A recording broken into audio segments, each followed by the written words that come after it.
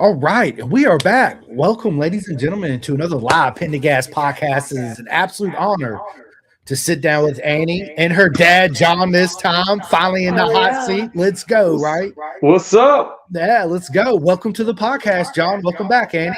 Thank you for having us Thanks. again. Yeah. Or having me again and having him for the first time. Yeah. Right. So we got a lot to talk about. The first time I had you on solo, Annie, we talked about your whole journey, how you got into racing, and your dad was still faster at that point in time. Yep. Fast forward right to the new year. A lot has changed since then, but I want to start off talking to John for a minute and pick his brain on, where did your journey start on two wheels, John? Oh wow. So I started riding when I was 15. Back in 1985, I got my motorcycle license at that time, which you could do in the state of Maine at 15 years old, and never looked back. Really, had my first race in '89. Raced the Loudon Road Race Series a couple of years. Had a pretty bad crash. It took me out of that. But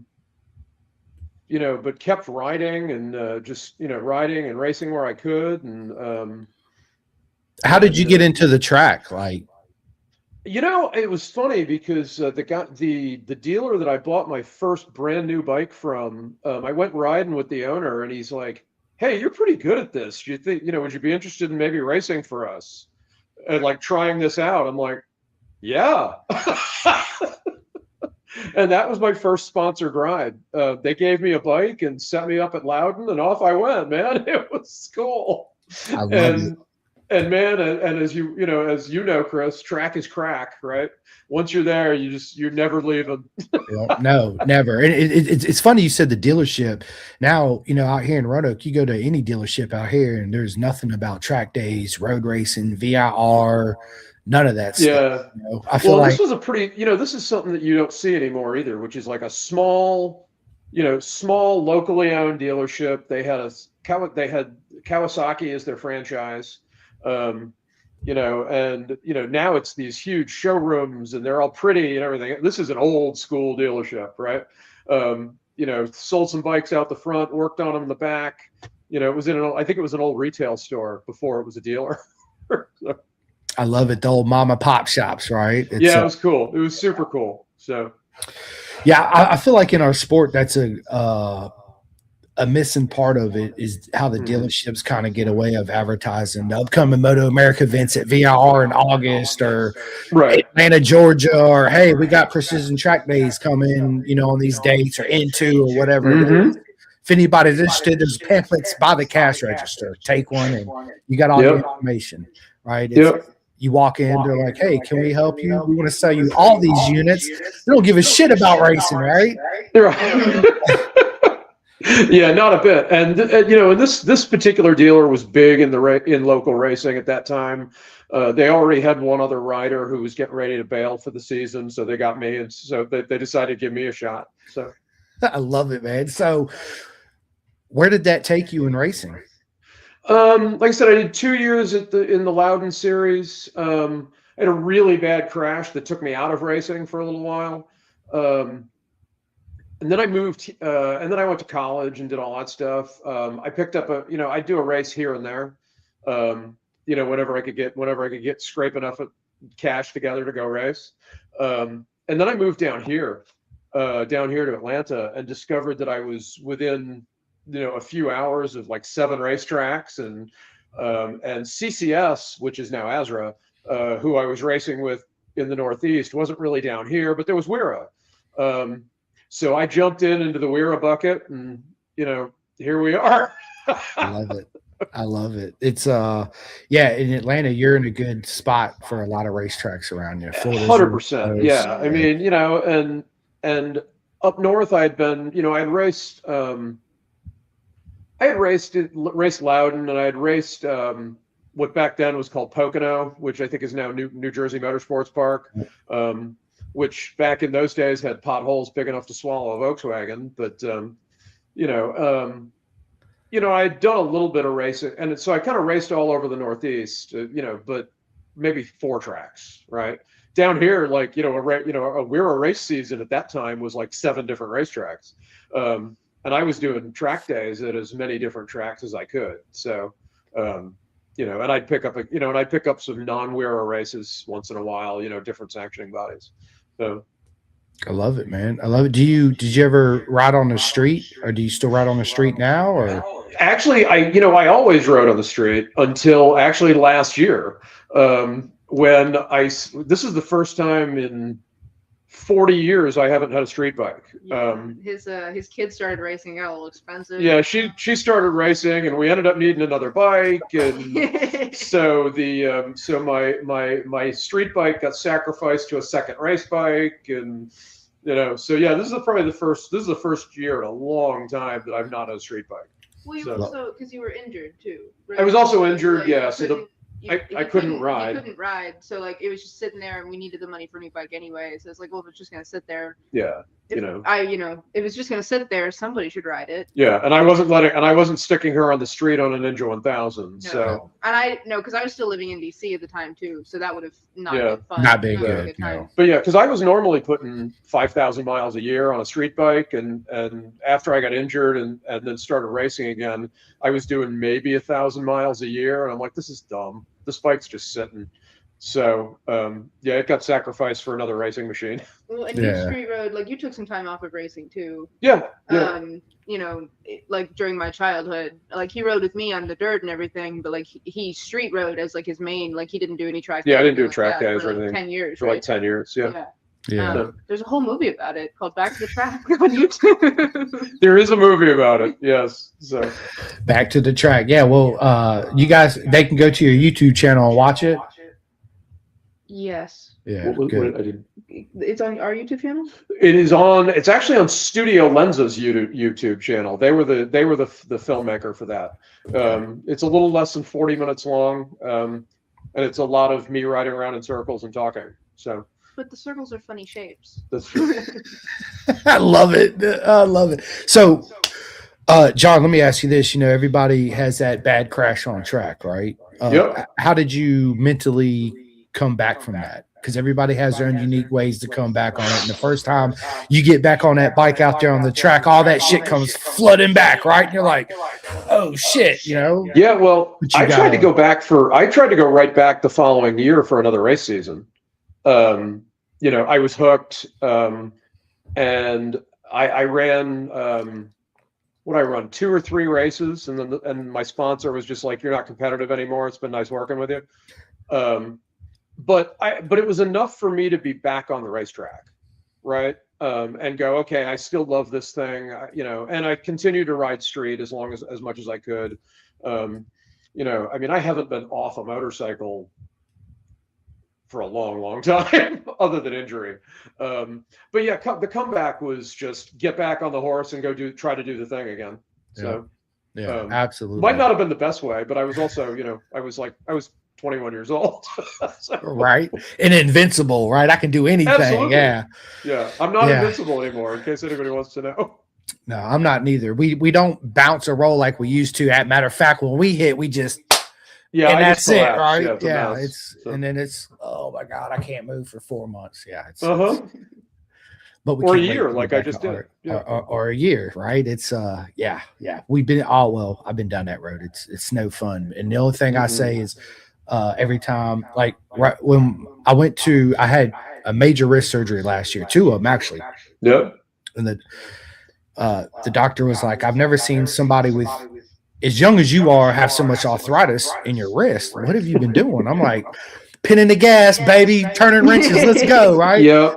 And he says, I had something similar. I had a hand surgeon. I was having some problems with my thumb after a wreck, and I had a hand surgeon have to look at my x-ray and go, what in the hell have you done to yourself? I was like, what do you mean? He's like, you've broken your wrists at least twice and not had them set properly. I'm like, well, what am I supposed to do? So yeah, dude, it's yeah, man. So listen, let's fast forward. I know when I had my son, I had these aspirations. Oh, he's going to be a MotoGP champ, World Superbike, at least BSB, right? Let's go. Yep. Rossi, he rides every once in a while. He's not into it, nowhere near like his daddy. Maybe one day he'll get into it, right? Yeah. But He does ride every once in a while, but that was my aspiration. So here you go. You have Annie. I did the adult thing too. Sold my race bike.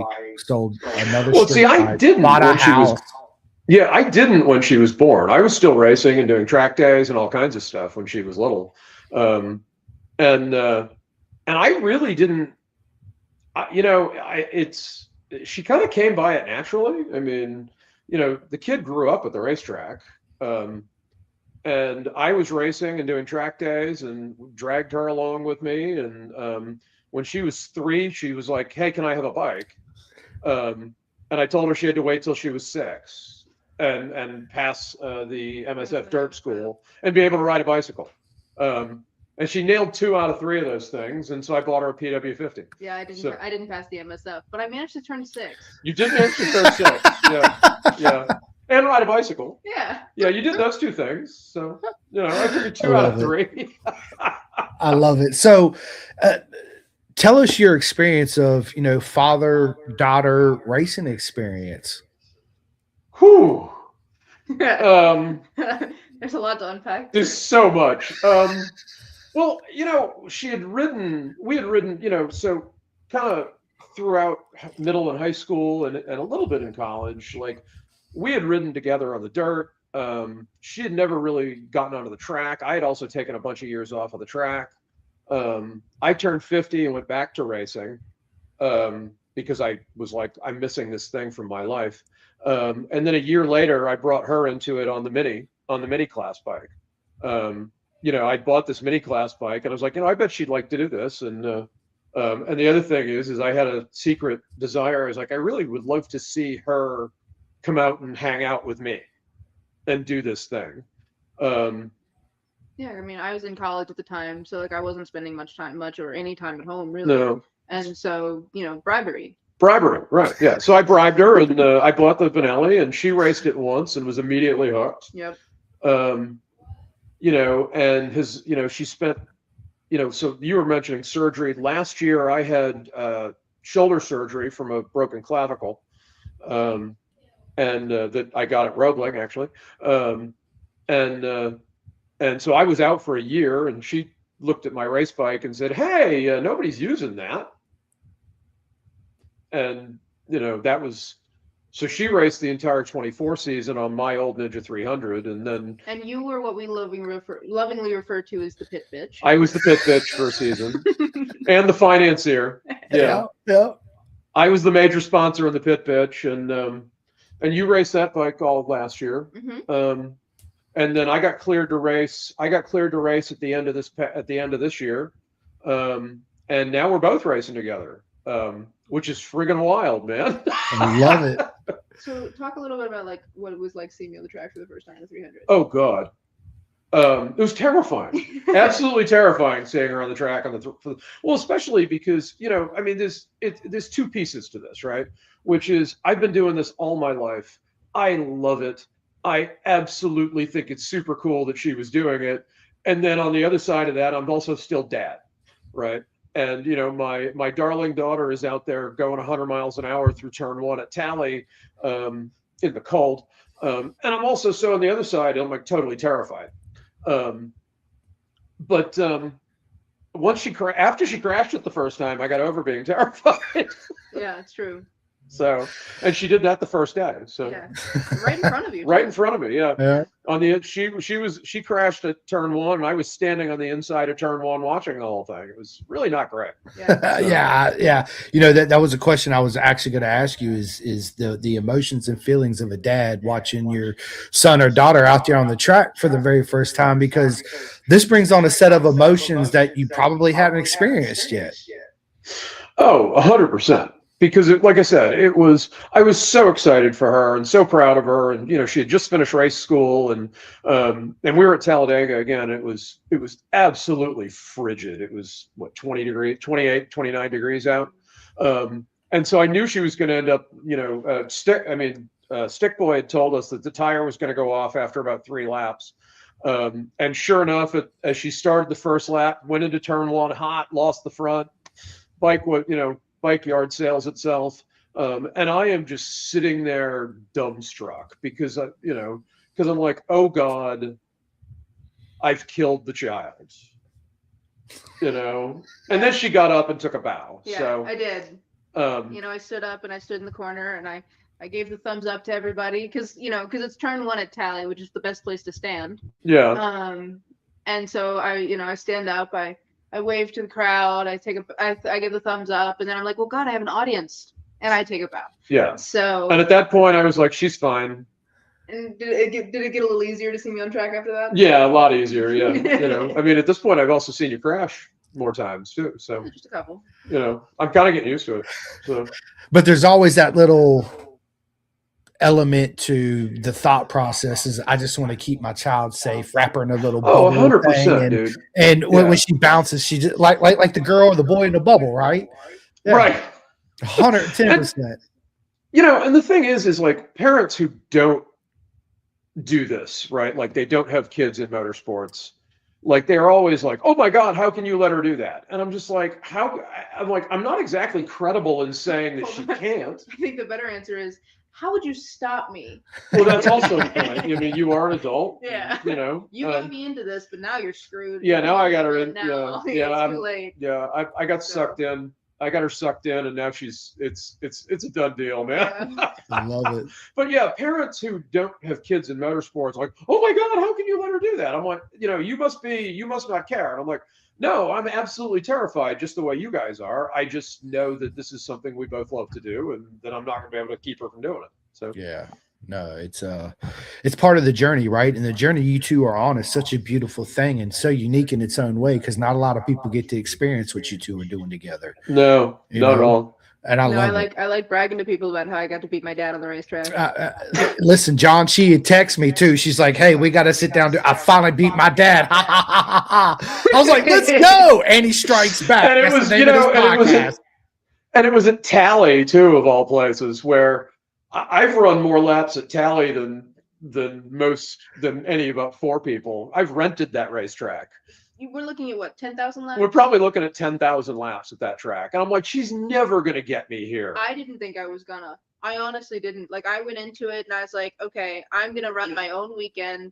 Like maybe we'll see each other in practice. But I did not think that I was going to get near him in the race. And then there he was. And the next thing I know, she's going by me on the exit of the carousel. I'm like, where the hell did you come from? That motorcycle looks weirdly like mine. I was like, I know that bike. That's awesome. So listen. Well, I was going to say, I was actually saying to somebody else the other day that I've had the same reaction every time you've gone by me, which is, God damn it. So, yeah. Yeah. What was that feeling like for you, John, when she finally went by you for the first time and won? Well, I mean, initially after, God damn it, I was super proud of her. But the other one was, I'm not going to make this easy. Like, she came by me. I passed you back. Yeah. Like we exchanged leads. We battled. Yeah. We battled it out for that first victory. And she got me last corner, fair and square in Farmhouse coming down the. Well, no, so what happened? Well, you got me on the back straight. I got him in 3. On the exit, yeah. Yeah, I got him in 3, which the right-hander at Tally, because I was running that better. Because like one thing that I've noticed about our riding styles that's different is because I only come from the small bikes. I typically run a better line for the small bikes than he does a lot. Because I spent 30 years on 600s and 1000s. So like I'm not running that, super late apex. Like I'm entering corners early, which is like how you run the smaller bikes. And so I was getting him in places that like I don't think either of us really expected to. Right. And so I come around it. We're in the last lap. I come around him on coming out of turn 3. I'm like, okay, I know that he can outbrake me in Farmhouse if I don't get my shit together. And I was thinking the same thing. It's like, oh, I'm gonna draft her down the back straight. I'm just gonna pick, she's gonna break for Farmhouse early. I'm gonna pick her up there, and we'll just drag race to the line. No, I was not giving it to him. I was like, no. You were behind me and you're staying there. That was the latest you have ever braked for Farmhouse. That is 100% correct. It was wild, y'all. I braked. I saw Jesus and then braked about 20 feet later. I was. Oh yeah. I was not letting him by me. I was like, I was going in the corner. I was like, I might not make this.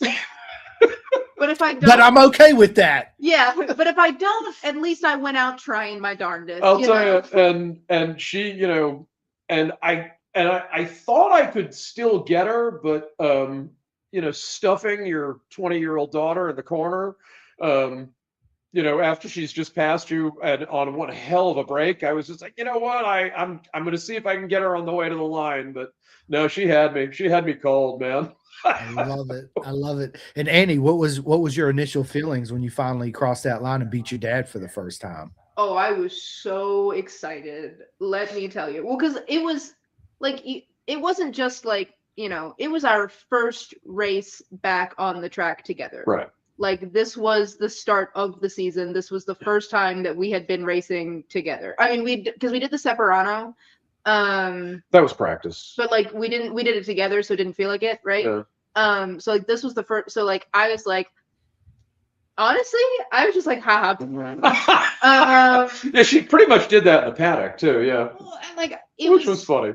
It was a big moment for me because like with how much experience my dad has racing and like how I grew up watching him and how like when he went back into racing before I got into it, like I watched him on the 250, like he'll try, do the best that he could and blow up engines. And like he in part, like, he's my dad. So like I idolize him a little bit, like that's like, and so like that was a big moment for me because I was like, wow, like maybe I am kind of good at this, I guess.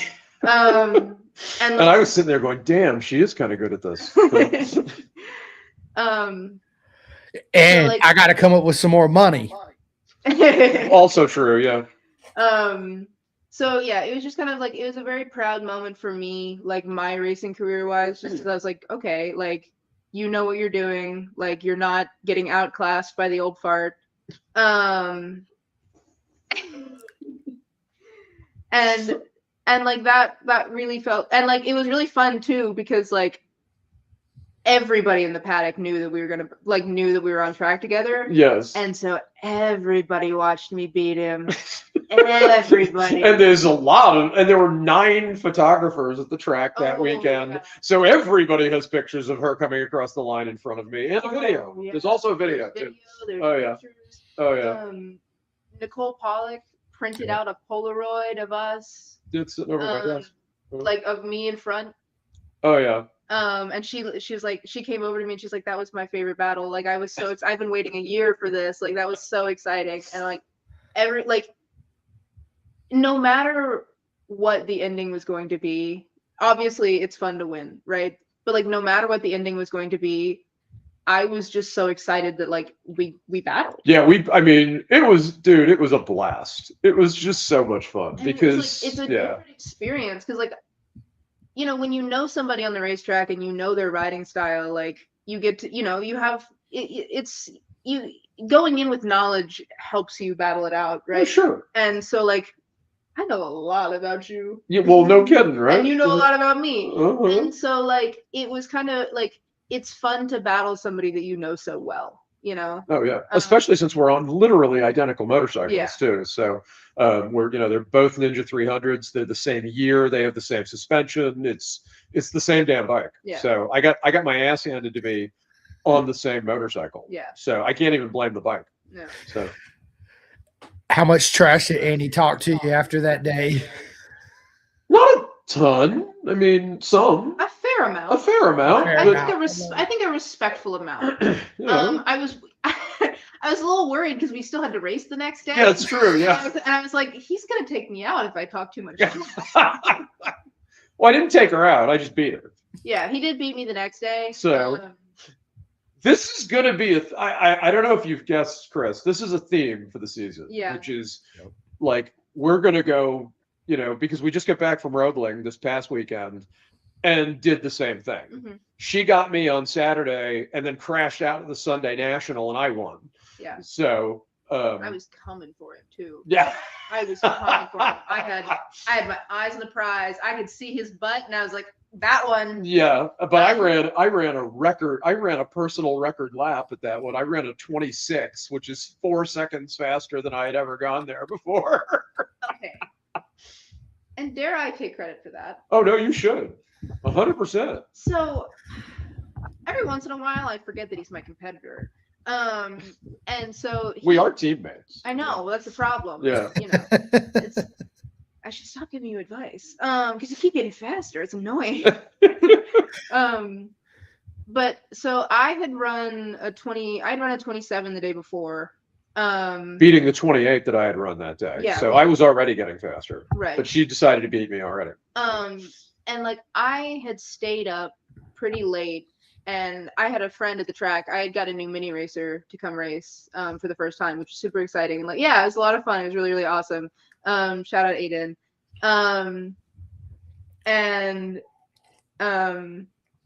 He had asked me like pretty late that night, like what I could do, like where I could gain speed. And so I sat there and spent probably 30 minutes just talking out every single place that I thought that I could get speed. And so that I went to him the next morning and I was like, hey, I've got some ideas. I want you to hear them. I want like places where I think I can get faster, and therefore you, because we're riding the same motorcycle. And then I'm like, okay. And we didn't get to practice because it was raining. And so we go out in the race, and I'm like, okay, time to test all of my ideas and, you know, also beat my dad. Because I was pretty sure I could. And then I was coming around the outside of, you know, we're on 300s, and I was coming around the outside of a 390 in turn 8. And I was like, I need to get around this guy. And so I gave it just a little too much throttle and lost the rear. That was in what, the second lap? Yeah, it was the second lap. I was excited. I was like, I need to get around this guy. Well, because I'd lost to him. He runs F novice. And so I'd lost to him the day before. So I was like, haha, I want to get by this guy. He was faster than me yesterday, but not today. And then I fell off, and I was like, oops. Meanwhile, I'm trying all the things that she said to me that morning. Yes. And so he used my advice. I figured out how to get him faster, and he ran and he beat my lap score. And the next thing I know, I'm another 2 seconds faster. I'm like, hey, this isn't so bad. Yeah. So really, you know, the student has become the teacher here. Hey, I'm not mad at it. But we're pushing each other hardcore. Like, you know, like she's running personal best lap times every single time we go out. I'm starting to run them, trying to keep her behind me.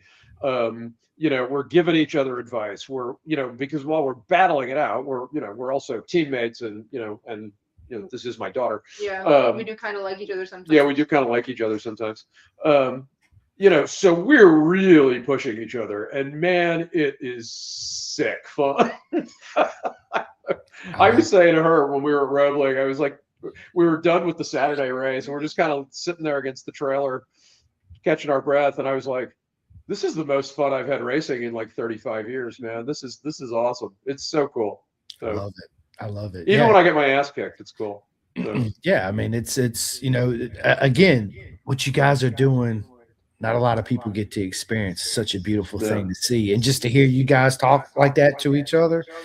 Yeah, man. I wish I had that when I was young, right? So, I mean, I sure didn't. So you know, this is a great thing. It's absolutely amazing. I want to get to a couple of these comments real quick. We got my good mate Craig O'Harris all the way from the UK says, that was my aspirations for my kids. Now, a kid on a 50. Hopefully this one will want to ride. My kid is now 5. My eldest was riding a motorbike before he could ride a bicycle without training wheels. Yeah, that was a requirement for her. Like, I ain't putting you on a motorcycle till you can ride a bicycle without training wheels. Yeah, I might have beat you earlier if you'd let me. If you put me on a motorcycle first. Well, it's true. Love it. I got Rossi a Strider bike. He was born in November, so that Christmas he was a month old. He had an ATM Strider bike underneath the tree. Hell yeah. Nice. So that's how I don't think they made those when you were No, they probably didn't. Yeah. So, yeah. She says I'm old. No, you're not. We are not old. No. Me and John are not old, right? No. Look, Andy's I laughing. refuse to be okay. Me too, dude. I call it we're getting younger in age, right? Absolutely. We're not getting any older. We're getting younger. It's the reverse aging thing. That's right. That's right. So, You'll Is that what experience they that call one it day. now? yeah, getting younger. Yeah. Yes, getting Okay. younger. Yeah. Yep. After 35, I just started getting younger. So, 110%. She says, yeah. Jason Bartlett, what is up, my man? He says, I'm telling you, Racer Dad support group. Yes. Hell yeah. I've been slacking on Jason! that. Yes, that's something me and Jason's been talking about. I haven't done my part on it yet. I will create this group. I think it's a great idea. Racer Dad support. What we need is the Racer Dad podcast so they can talk about all the little shits. Well, yeah. Yeah, Actually, what we need is the Racer Dad LLC and see if somebody will fund us. that's a great one. Racer Dad podcast is actually a good idea. I can get a bunch of the dads on and we can sit down and chop it up for sure. That'd be fun. That'd be Yeah, fun. we'll do it. Yeah. I'll set it up. Jason and I talk about this all the time, so it's a blast. Yeah, well, obviously you and Jason will be on for sure. And then we got Matt Hall. What's going on? He says, Matt! John. And then he says, Annie. Annie. Okay, I'm glad. You feel vindicated I now? do. I love it. And then we got Owen Bartlett. What is up, my man? He says, happy I was there for the celebration. Shit talking that night. I guarantee it. Oh yeah. Oh yeah. Without question. Are you kidding me? He was one of the first people I went over because he's with his dad, so I had to go rub it Yeah. in. go brag. Yeah. Love it. Jason's probably lucky he doesn't race anymore. Yeah, Owen would be the same Owen way. would Andy was tear his talking. ass. Yeah, I love it. Matt Hall says, youngin' beating on the old man. Yeah, it Absolutely. happens, right? Absolutely. Yep. Hey, Never- right now it's dead even for the season. I've won 2, she's won 2. Uh-oh. So- I love it, dude. I can't wait to sit back down at the end of the season to hear all the shit talking and battles that happen. Hey, this look, season. it's Paul McKee too. Yes, So Paul McKee. He says, my people Paul, always we're good looking forward to see you." seeing you at practice at Tally. Yeah, Paul's a good buddy of mine. He's absolutely amazing human being. Always love. I ran into him at Daytona Yeah. just Yep. for a brief second. So, Yep. and then Owen says, "I'm coming after those Blackhawk times." Nice. Competition. I love it. I love Oh, it. Love yeah. it. It's okay, Owen. I'm gonna get out on a ZX4RR and I'm gonna chase his ass down. He's the next competition. There you go. Owen, she's coming for you, right? Oh, dude. Yeah. Oh, dude. I mean, I've been chasing Owen down since minis, so Yeah, that's true. Yeah. Yeah, because you guys chopped it up on the minis. Mhm. Yeah. Well, by chopped it up, he passed me Yes. every single time. Yeah, we have you Oh, that's true. succeeding against him on video. We have Oh. video evidence that she passed him at least once. Well, we were in farmhouse at Tally, and he was trying to come around me, and he just took the wrong line, and all of a sudden, the video is of the person. It was a 3-person battle. Yeah. And It's so Doug the video, Parker. yeah, the video is from the third person behind both of us, and all of a sudden you see me going off and going on the racetrack, and then you see Owen off in the distance in the dirt. Well, cutting the grass outside of turn 1. So Hey, he just want to do a little flat tracking. That's all, right? Absolutely, We all yeah. do it. What's a Grom 4 except going off the Right. going and playing in the dirt? let's do stupid shit on inappropriate equipment. right? Exactly. So That's what we do. This is yeah, what we we do. do. that's right? what we do. Love it. I love it. Owen says, I'm ready for it. Oh Challenge baby, accepted, go. right? He says, through the grass is a great line. It is sometimes. Absolutely. Well, I it is. remember telling her on the 300 that the dirt right out on that outside edge of farmhouse is pretty well packed and has good traction. Yeah. So There it is. Yeah. I've made that pass before once or twice. I So, haven't gone out off-roading at Tally yet, but minus minus the crash in minus turn the 1. various and sundry crashes. But I have done it at Roebling. So Yeah. and the Roebling sand is quite nice. Minus the crash. I'm talking I actually stayed on the motorcycle that time. Oh, you didn't mention that to me. Yeah, I did. When? The first time we went to Roebling. Oh, the first time. That was last year. Yeah. Last year didn't count. So Counts to me. Oh, yeah. I was on the motorcycle. you were, it yeah, counts. and the bike stayed up. Just So. because I cut 10 seconds off of my lap time in between minutes now does not mean it doesn't count. Well, that's Right? fair. That's fair. Fair point, right? Yeah, let's go. Paul says they keep scheduling practice before noon. It's not my fault. I don't know if you know, Chris, that Paul McKee never makes it to practice. Ever. He Paul. I have never seen Paul practice. I've been now racing against Paul for like 5 years. And I have never seen Paul practice. He's that good. He's He just don't need that to good. practice. Yeah, he don't need it. He just shows up and races, right? He just shows up and kicks it, So yeah, I love it. I mean, you started not practicing as much either. I don't think you practiced once at Tally.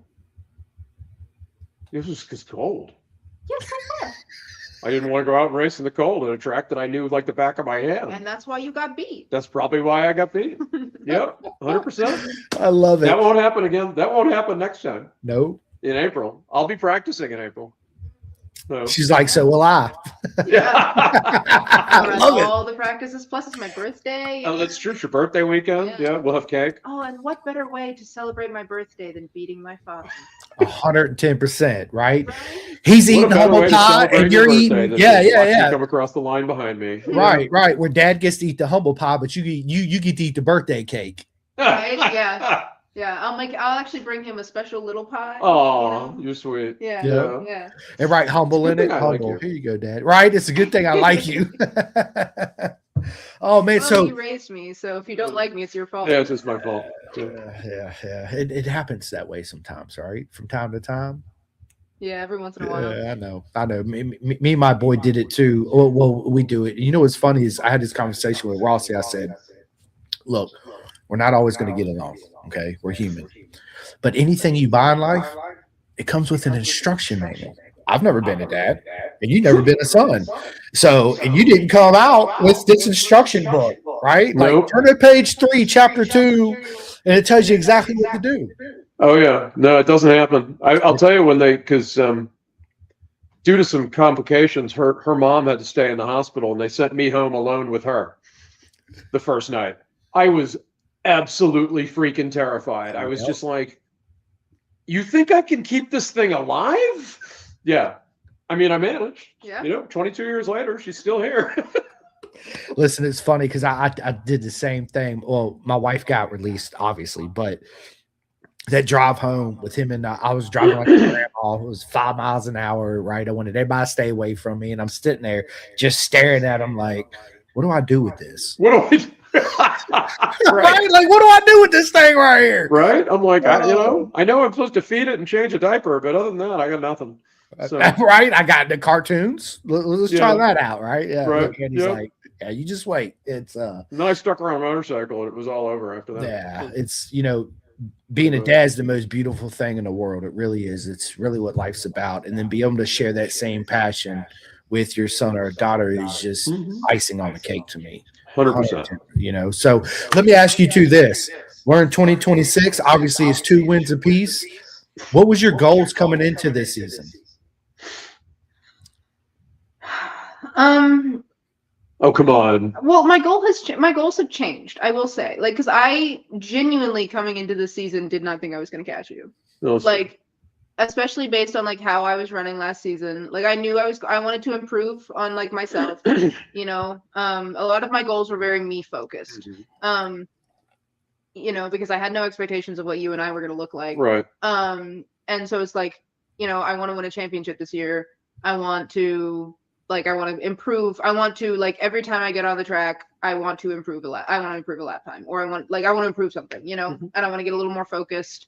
I moved home, I was living in DC for a while. I moved home in December, to do this. And so I was like, okay, put your effort into it. I'm running endurance. Like, I want to run endurance this year. And like, one of my goals is to be able to run in 2 hours, like, at the ultra lightweight by myself. So I'm training for that, and like I'm doing a lot like off the motorcycle to like get my physicality better and like work on myself. So like I came into it like focused on me, and like what I could improve, and like being better on the motorcycle and like getting more training and everything like that. Run more track days, stuff like that, get more practice, get more seat time. Now I have one goal, and it's beat him. So I want, because mine, of course, I was off the bike for a year, and mine was just to get back to the lap times I'd been running before, right? And maybe win a championship. Cloonan sweep. Yeah. because Cloonan you know Sweep. we're running F Superstock Novice and Expert. So the joke is that we can each win the same championship and In the class. and do a Cloonan Sweep. I do, right. And if we could do all three, that we run in, that would be a total Cloonan sweep. So, but it's competitive out there. So, but we're both because you keep battling your kid, and that's Well, I know. Well, but we're both running third in F Superstock in Southeast right now. So we're, it's out there. We're aiming for it. Yep. So, It might just be total Cloonan third, and that's okay. it might be total Cloonan third, but hey, we're on the box. What do you want? Yeah, I mean, hey, it'll be an accomplishment, 110%. Probably the first father and daughter in history to ever do something like that. Yeah, that'd be if we can pull that off, I'm there, man. Oh, if I'm pull all. that off. I'm making a Wikipedia page. It's happening. Love it. Oh, Wikipedia page. Man, listen, whatever visions and goals you two have for this season and in life in general, I hope you two are successful at all of it. 110%. I'm still hoping to get into BTR. I applied last year. I'll apply this year. It'll be great. Keep doing it. Annie, that's all. Listen, I've interviewed a lot of the girls from BTR. You got to apply several times. You just keep doing it. Just keep. You'll eventually get in. It's an absolutely amazing program. And yes, you need to be there. You belong there. So just keep. Well, we keep mentioning, and she mentions it on every podcast that we go to. So we keep hoping that Yeah. We're manifesting. Although Chris, you were I used a clip from our first podcast in my application video, so you were actually in the application video. That's why they didn't take you. Like, oh hell no, Clint. Oh man, this Simcoe, forget about it. No, absolutely not. I love it. Oh my god. No, I mean I'm good friends with Scott and all them. Mitch and everybody there. Butch. It's they're an amazing group. Their program's absolutely amazing what they do, and I fully support. Love it 110%. So listen, you do belong there, Annie. Again, you just keep racing, keep applying. This year it's October, I think is when it's every October. There you go. So I have all the time in the world to get more race footage. Right. And now it's pretty cool because we got our hands on a one of the helmet cams, and so now I have first person footage of me beating my father. I love it. Now and what we're hoping to do for the next round is front and rear cams on both bikes, so we can see everything. We can see everything, all the passing, all the battling. Should make some good content. I love it. I can't wait to see the footage. When is y'all's two's next race? April, yeah. We'll be at Tally in April. So like 3 weeks? Yep. Yeah, nice. I love it. I can't wait to hear all about it. One thing I do want to talk to you two about is your guys' podcast. How did this idea come about with the Itty Bitty Racing Committee podcast? So we spend a lot of time in the car driving to racetracks, and I made a joke about starting a podcast once. Yeah. And then we both kind of looked at each other and like, we spend a lot of time talking. Why not just film it and see what the hell happens? Right. And so we started it as like an in the car thing where we just like record on the way to the track, like our conversation, like our mental preparation, like pre and post. Mm-hmm. Which made for some funny moments in traffic, like when like Jimmy Carter's motorcade and when he passed and all kinds of, and the giant Bigfoot statue on the trailer and which of course we're reacting to in the podcast. Yeah. So so like it kind of started that way, just kind of like just a way to put out like our thoughts and feelings.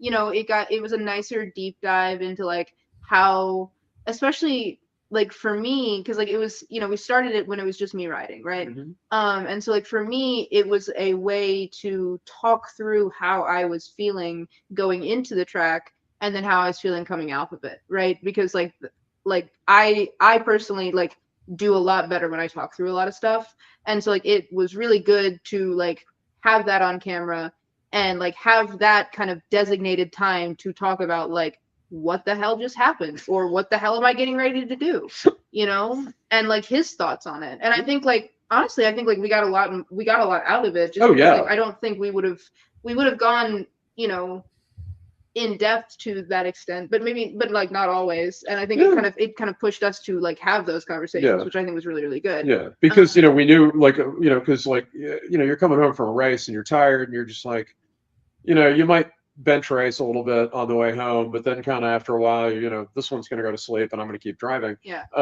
And then, but it kind of forced us into really, and it was very in the moment, right? It was like, we are driving home, doing like having just done this, and it's just an immediate like raw download of what was in our heads. Yeah. So it's changed a little bit since then. Yeah, true. Because we got tired of doing it in the car, mostly because I like to sleep in the car. And I was like, you're keeping me awake, man. But we still do like the pre and post format. Yep.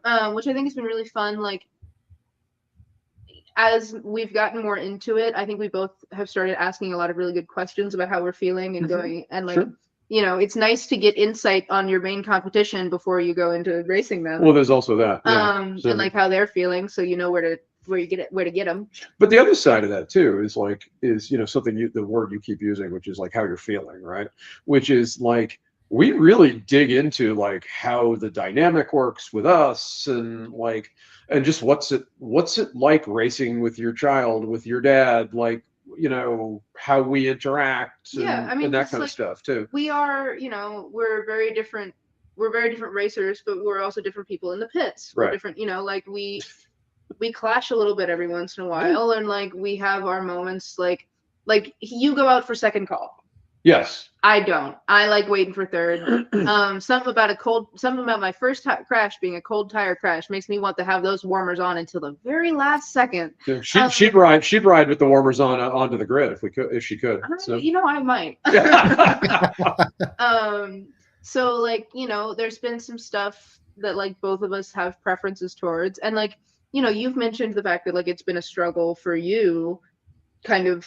Because you, like, I came into racing and you had a system. Right. Like, you had a set way. You know, you had your ways to make it comfortable. You had your ways the way you liked it. And I came in and said, well, I don't like all of that. And I have, you know, and so, like, there's been some definite adaptation for. Yeah, we've definitely had to, you know, like I've, you know, because, again, I've been racing since, you know, the dawn of time, it seems. You know, and I got used to doing certain things a certain way.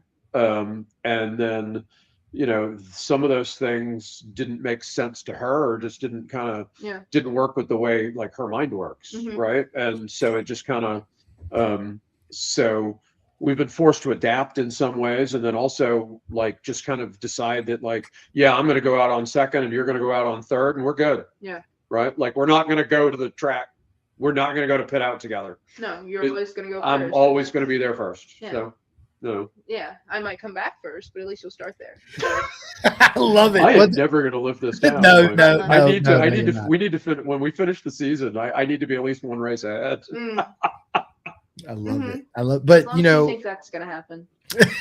You'll be okay. I'm going to be working to make it happen. Yes, you are. It's you know, like what I said earlier. Part of that is growing together and learning together too. Right. Each other's likes and dislikes, the way you do things, the way versus what she does things, and all that. And Paul says, I go out on a fourth call.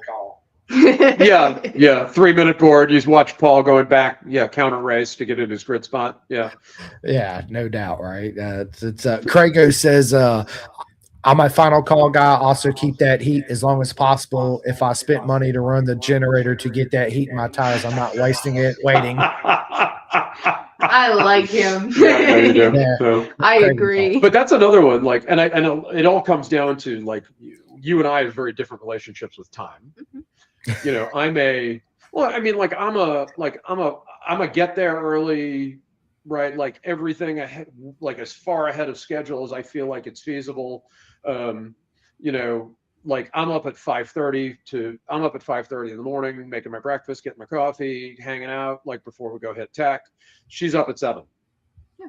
So, you know, and 6:30. 6:30 most of the time. 6:30. Yeah, Come you on, know, give out me of some the tent by 7. Yeah. Yeah, and you know, and tech is 7:30. Tech and registration are like 7:30. You know, I've been up for 2 hours by then. So, Well, and you know, you are a bit of an enabler on that one.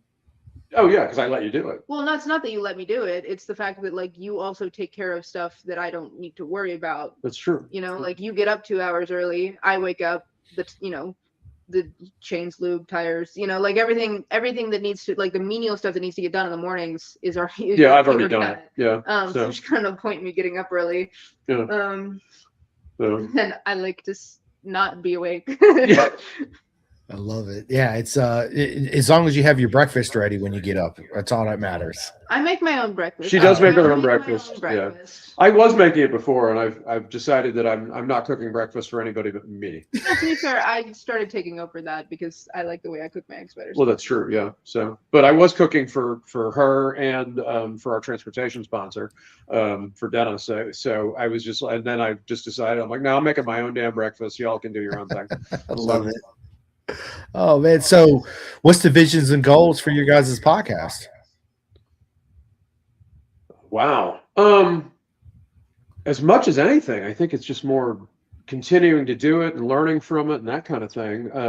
I mean, we certainly wouldn't mind having some ad spots sold in there to, Oh my God, you are the most marketing man to ever exist.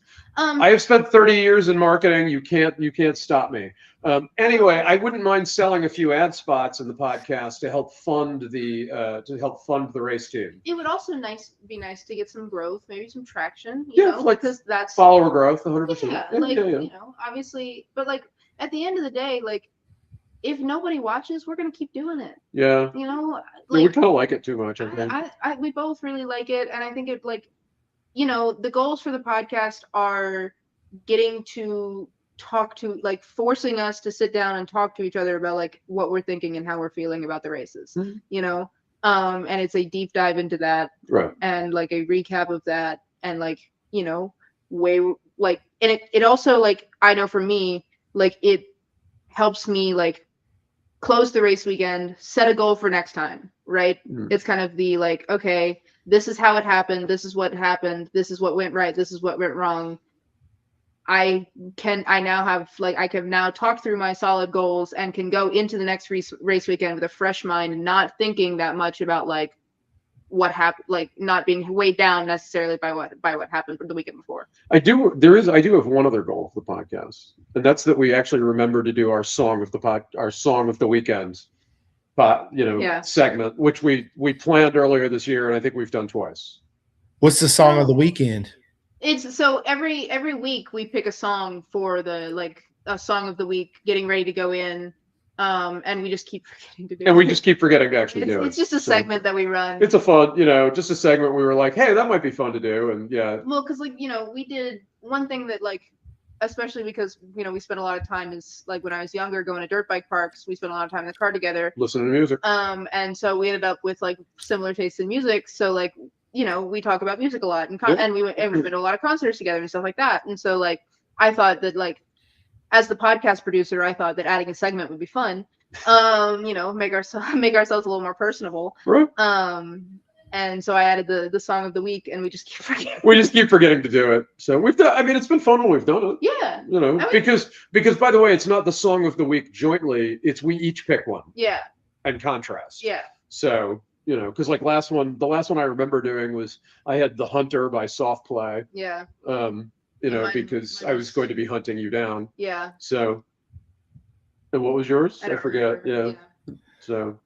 I love it. The Jaws theme down. I'm Yeah. coming to get you, girl. I'm coming to get you, right? Yeah. I think. Since you start in front of me, I'm really hunting you down. You are really hunting me down, That's awesome. Because I'm expert and she's novice, so she's always at least 2-3 rows behind me. I know, I was annoying because I beat you and you still podiumed and I didn't. That's not going to be the case too much longer, there, John. No, 100%. I'm taking the expert bum next year. You're screwed. Yeah, I know. I've already told somebody asked me if you were going to do it, like when you were going to take the expert bump. I'm like, oh, she'll do it next year. Oh, 100%. I love it. So, well, especially if I'm beating experts. Right. True. You already are your dad. Well, I was going to say I came in third at Roebling, which means she beat she would have come in third in the expert class. And there was 10 of us, I think.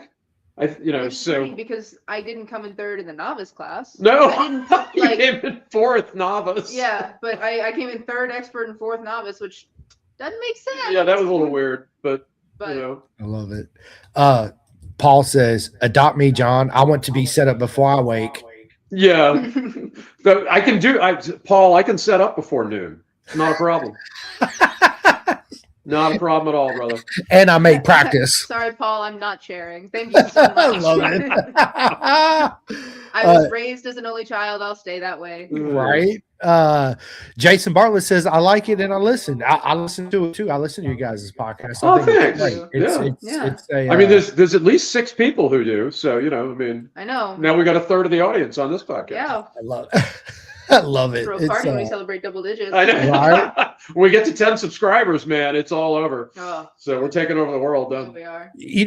Podcast is different. It's a by the way, I hear you two talking about y'all's particular podcast. It's something you love to do too, but it's also an outlet to tell your feelings to the camera and get your guys's thoughts and moments together. And this is what made me realize that the main reason why I do this podcast is for my son Rossi. If I was to drop dead right now, he's always got Spotify, iHeart, YouTube, blah blah blah. Right. He can go back and listen to me, everything in between, right? Sure. So it's my outlet too as well. I didn't realize it at the time, and by what you two are talking, it's the same with you two. You love doing it, right? It's absolutely, and if you didn't do it, like I know there's weeks where I didn't do one, and I'm like, I feel like I got to sit in front of the camera and the microphone and just talk. For real, it's like I just got to get a mic and just talk into it, right? So it's. I mean, we were trying to do them. We were trying to do them weekly too for a while, and that just isn't the thing for us. It's a race weekend podcast. Yeah. So we'll get there. It's a lot. People don't understand. It takes a lot to set it up and do this. Oh God, yeah. It's a full-time job in itself. Well, for me, it is. Yeah. We're not quite that. We're not quite that far along, but it still takes some time and effort, and all the editing production afterwards. So. Yeah, I have to listen to myself talk for.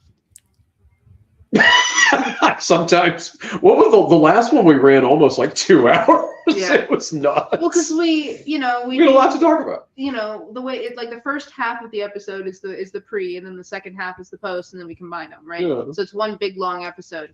And typically we run about 30 minutes in the beginning and 30 minutes in the after. But because it was the first time that he and I had battled it out, we sat there and talked for an hour and a half and just bench race. Yeah. It was good stuff. It was content's fantastic, but the episode's a little. The episode's a little long. Yeah, we might have broken that one up, maybe. Nah. Yeah, whatever. I find sometimes, like I usually try to plan on like an hour, maybe an hour and a half. The longest one I did was with my boy Cole King. When I asked him the opening question, "Hey, where did your journey start?" He literally talked for an hour straight. I love you. Oh my God. So at 58 minutes into it, he's still talking. I was like, this is going to be a long episode right here. It ended up being almost 4 hours. But the thing is that it goes by so quick. Like we're 2 minutes away from an hour now, and it feels like we just started. Right? Yeah, we just got started. So it goes by too quick. But I love doing it. It's it's fun. It's fun. And the people listening to yours, the father-daughter journey and racing and all that, there's people out there listening to it that want to get into racing, and they're listening to you two on how you do it and where you're at and all that stuff. And it's just, I always call it a door, right? You show everybody the door. Let me start off like this. Everybody gets into racing. It's different paths everybody chooses, but they end up at the same point. Whether it's flat track, dirt bike, road racing, okay? By getting everybody on like you and Annie and all these other people I get on, it provides all these doors for everybody that wanted to get into racing, different options on how they can do it. That's the better way to put it. Absolutely. And that's exactly what you two are doing. You just don't even realize it. Well, I mean, we do realize it because at this point, her friend Aiden, came with us last weekend, and we loaned him the Benelli that he crashed. The bike was fine. The bike also came in third. in his second race. Second race, he podiumed. So yeah, and he beat my times on the Benelli by like 4 seconds. Yes. Yeah, he was killing it. No, he was awesome. I'm so proud. No, I was super proud of him. It was just funny. Love it. But no, we brought him in, and then I was selling parts on Facebook, and this dude reached out to me and was like asking me about the Benelli, and I discovered he was local, so I invited him over the house. He's been to the last 2 races with us. Hey, Eric. Like your roommate races every once in a while. Yeah, she'll be at Tally with us. Yeah. So we just keep sucking them all in, man. It's the caravan of insanity, I think. So well, and like it is also like it is nice to feel like an inspiration to somebody, Yeah, 100%. like especially as a young woman, Mhm. like I don't have that experience. I know, but like Neither do I, but yeah. It's all good. but like if I had seen myself as a young girl, like that would be I know that I think that I would be the coolest thing in the whole wide world, and that's pretty freaking cool. Well, you are the coolest thing in the whole wide world. I know, but like little girls are hard to impress. Yeah, I know they are, man. So I tried for years. It didn't work out. So, Yeah. I've been married to one for 17 years. Trust me, I know. yeah. So yeah, it's listen, we're an hour into this. We're definitely going to sit back down, us three, and do a part 2. So I need you just to stay on with me when I end this podcast. Absolutely. Before I leave you two with the microphone to end the podcast, I want to give a couple of my shout outs. Sure. First things first is, if you're not on K-Tech suspension, what are you riding on, right? K-Tech is absolutely the best thing out there. Dakari, Kendall, they're absolutely amazing people, amazing products. Also, if you're in Florida, Georgia, anywhere on the East Coast, you need to be riding SFO Mini GP.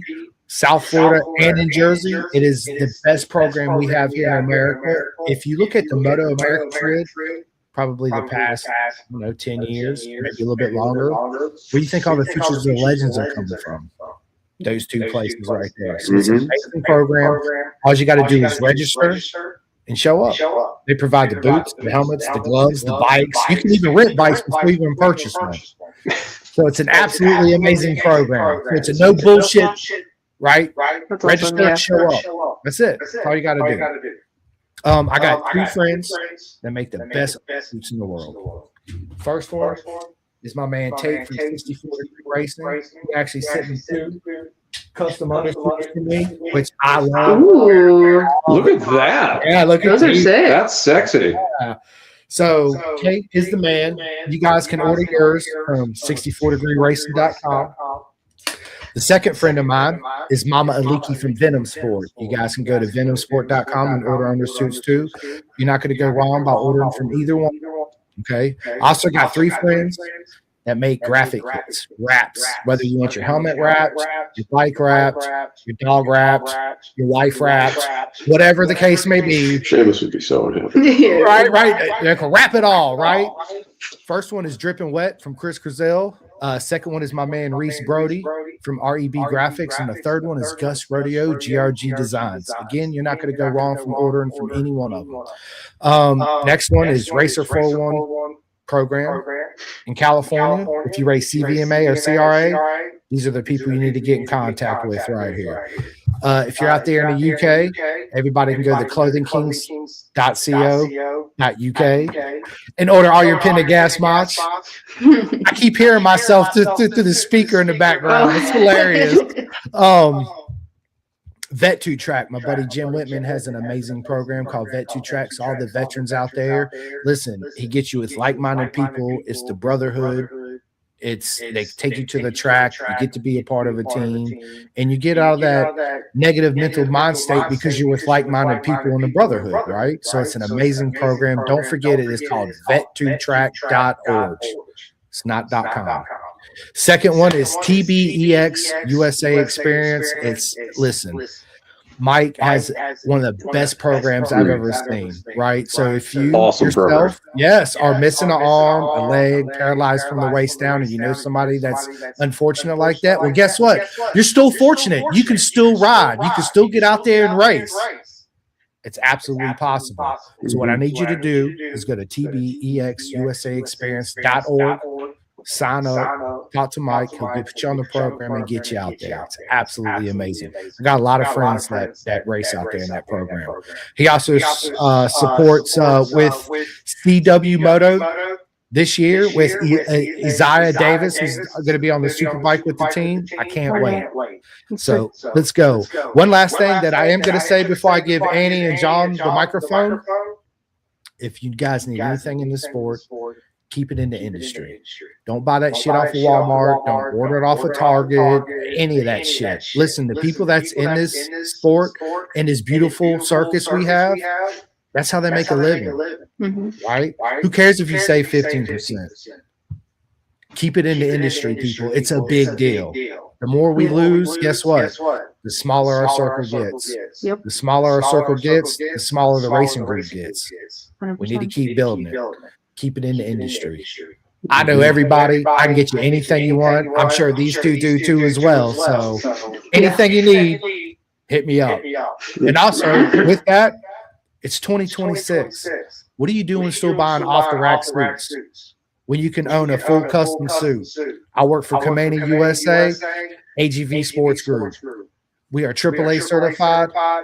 Most amazing suits you're ever going to put on. They sponsor Matt Mladen, all the legends back in the day. Nikki Hayden, the list goes on. Josh Herron.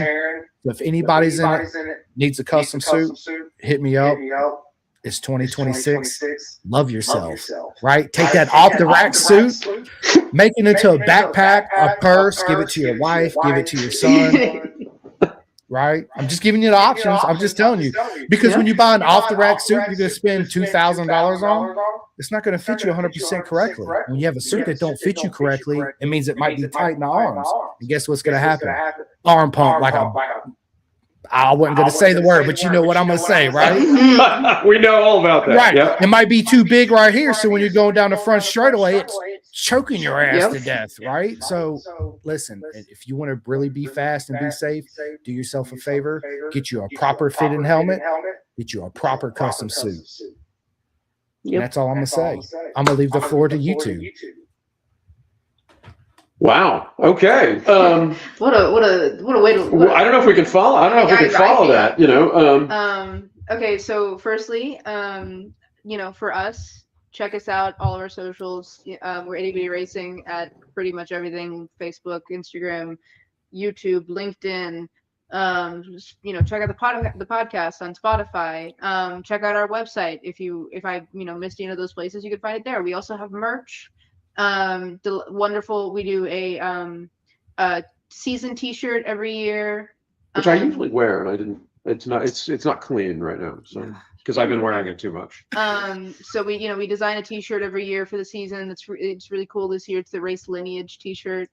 I love it. You know, buy a sweatshirt, hat, skirt, blanket, whatever you the skirts want. Buy one of the skater skirts. They're so freaking cool. They're so stupid. Sorry. I think they're cool as hell. So. And that's your opinion. Yes, but anyway.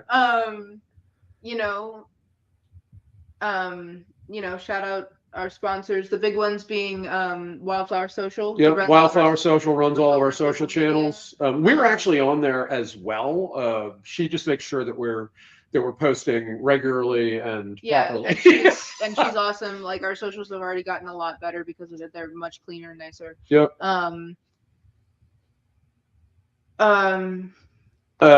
Shannon Stollier-Colby, the law offices of Shannon Stollier-Colby. If you need your, every racer should have an estate plan just in case something really bad happens, and Shannon can do that for you. Yeah, just make sure that whoever you leave everything to isn't in the same rack. Yeah, and if you, and also with her, if you own a small business, she's probably the best damn business attorney in the Southeast. She's also only about like 4 foot tall, but and she's super cool. Love Shannon to death. So. We've got her. We got DR Townsend Construction, who is our transportation sponsor, who hauls us to all the races. Yeah, and he races now. And now races too. We sucked another one in.